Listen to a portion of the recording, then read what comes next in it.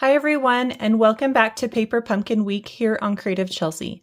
Today I'm excited to share with you my 8th alternative card design created with the January 2026 Paper Pumpkin kit called Special Delivery.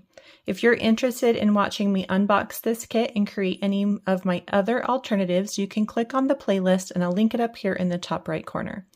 This kit creates the most beautiful cards with soft Valentine colors, gorgeous floral images, and fun postage-inspired elements. These are the 3 original cards you can make, and you get enough supplies to make 3 of each card.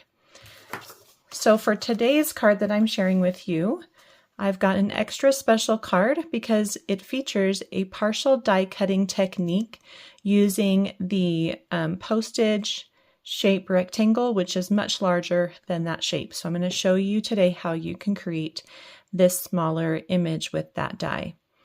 And it is one of my favorite ways to stretch your dies to create custom shapes that perfectly fit your design. Don't forget that all my Paper Pumpkin subscribers receive amazing perks from me. When you get the kit, each month I mail you my very own card kit and email a PDF with even more alternative ideas.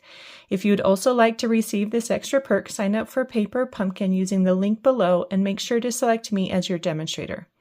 Also, make sure to like and subscribe to my channel so you can see all of my alternative ideas. Let's go ahead and get started. So this design is perfect for all of our leftover scraps. And I still have one more card that I'm going to be sharing with you, but it's a very simple card. And so this one is mostly like leftover scraps, and you can use any sizes for us to create a similar card. So if you don't have sizes that are exactly like mine, that should be just fine. I'm going to begin with a thick basic white card base, 5.5 inches by 8.5 inches and scored at 4 1/4. Then I've got the solid pink card base. This is 4 inches by 5 1/4. And I have the plaid pink card base. I've got a piece that's 1 inch by 4 1/4. And then I have more envelope pieces, starting with the pink plaid envelope. This is a 2 3/4 inch square. You can see that I've got a little bit of that center address label in that corner, which we're going to cover up, so that's no big deal. The blue plaid envelope piece is 2.5 inches square, and then the green envelope piece is a 2-inch square. I also have the white cut piece. So this is from just the white card base, and I've been using it up just as some scratch pieces. You can see that I've cut it from the Beautiful Bloom dies, which is a coordinating add-on. So you do have to add that to a Stampin' Up! Order to get that. It doesn't come part as the kit. And this is what we're going to cut down and create this smaller label using that product. And then from the kit, I also have these small postage-inspired elements, just the last of the kit. And then, of course, a little bit of baker's twine as an accent piece. We are going to begin with some stamping in the background. I've got bubble bath ink. We're going to stamp on that solid pink card base. And I'm going to start with the airmail stamp and just kind of randomly stamp this. We can focus mostly on the edges since that's really all we're going to see. So that's the first image. Then I'm going to also add the tiny row of hearts because I can, and I love these little hearts so much.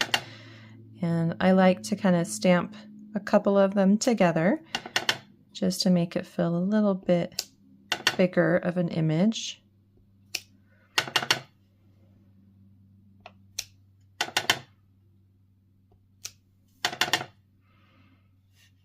Let's do a couple just on top here. So there you go, kind of a close-up of that. And then I think the stamping on that is done. We're going to go ahead and add the strip to the left side.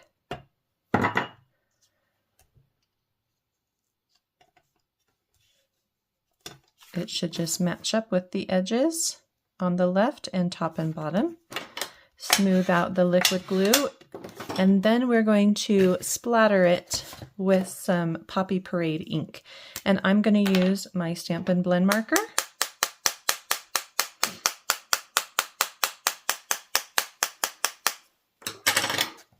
You could use any ink.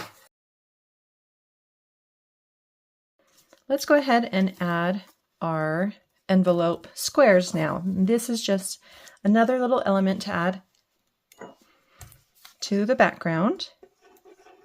I'm going to start with my larger pink, and I'm going to put the white space in the center so that the left and bottom edges have that pink pattern from the envelope. And I'm going to place it with about a 1/2 inch border on the left and bottom sides. Then I'm going to put my blue envelope, and we're going to cover up that white space, and also trying to keep about a 1/2 inch border.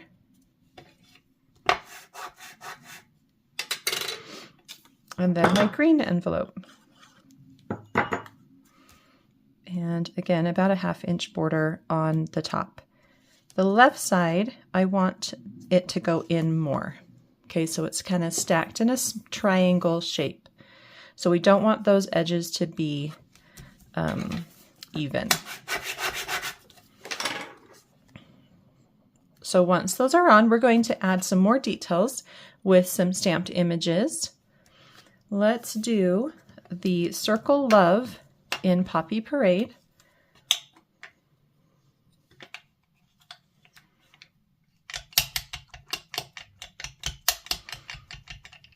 And that's just going to go down here in the corner.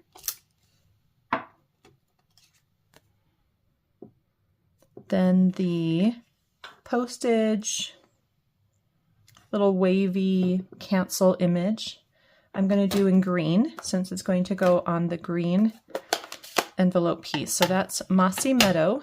You could use any green ink though, whatever you have.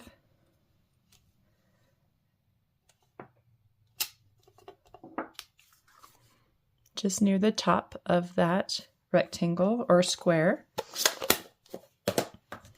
And then the blue I'm going to do in Blueberry Bushel, and we're going to do the tiny little hearts. And I'm just going to run those right down the edge here. I'm going to do another one as well.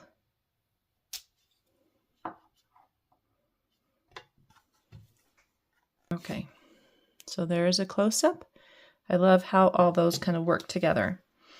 Let's go ahead and add this now to our card base. I've got my thick basic white cardstock. Just notice a little blue ink. We don't want to get that on our card, so make sure to clean up any stray ink that might be on your glass mat if you're using that. If you're just using white grid paper or something, you don't have to worry so much about it because the paper usually will hold the ink and it doesn't smear. Just notice that when I folded this, my edges were not matching. So I'm just going to fold and crease that again, starting from the center. There. There should be a small border all the way around.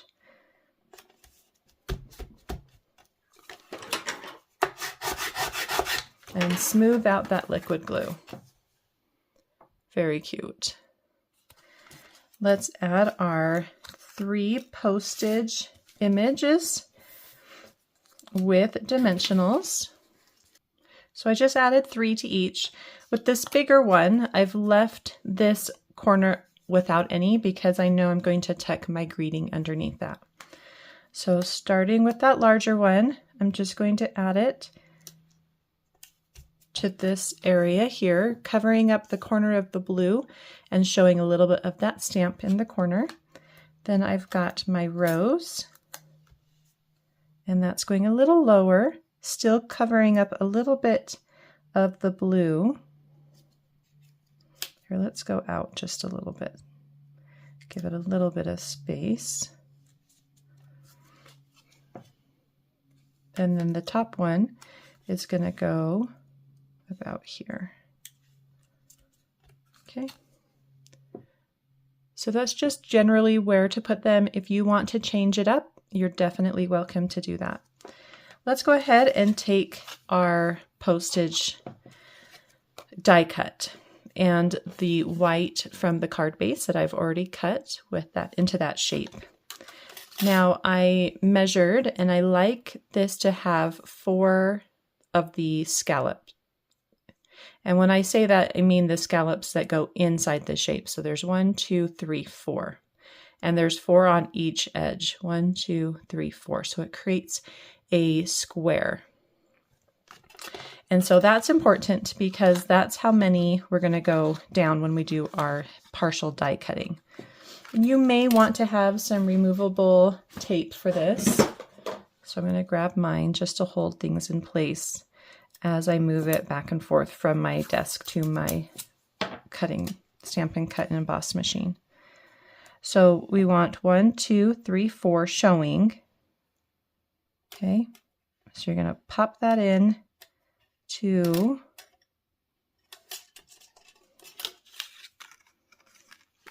the back into the die.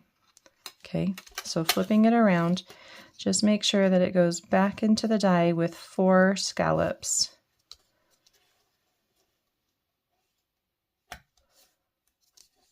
Okay, 1, 2, 3, 1, 2, 3, 4. Okay.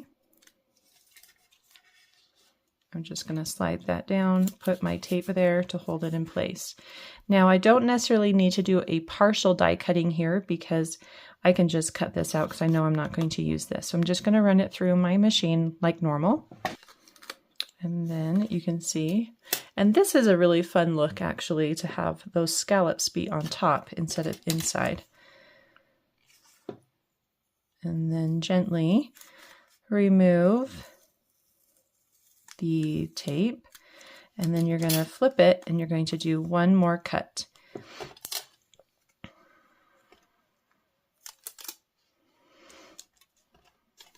Again, if it's easier for you, you can flip it over, put the tape in place, and again you're just going to go with 4. So 1, 2, 3, 4. Make sure that it's connected there, and then you can run this through. So I guess that's really not a partial die cutting, it's just like a smaller, like you just keep cutting until you get a smaller size.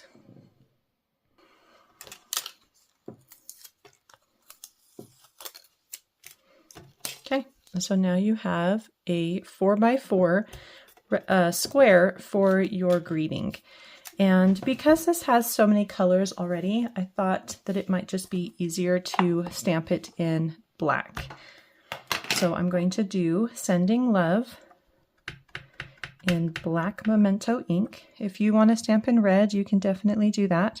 I'm also doing it on the top half, not right in the center.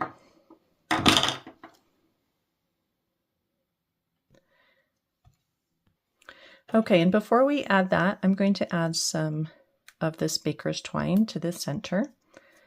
So I kind of know, so I've added dimensionals to this, but I kind of know that I want it to go right about there. So put some tear and tape in the middle, and then I have 20 inches of white baker's twine, and I'm going to put the middle on the tear and tape, and then we're going to do a double bow. So this is just my faux double bow. You just wrap back and forth to create one bow.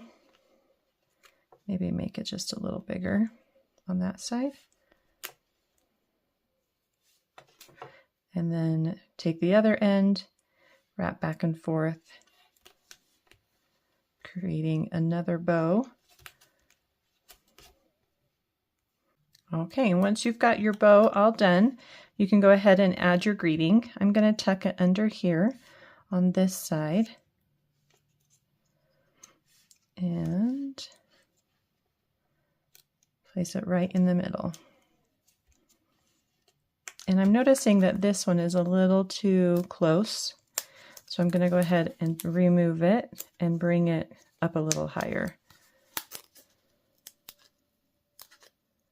Because I want a little more space between this stamp and the greeting. So maybe something like that. Okay. Very cute. And your card is all done. Well, I hope you enjoyed watching me create this beautiful, fun, layered, postage-inspired card.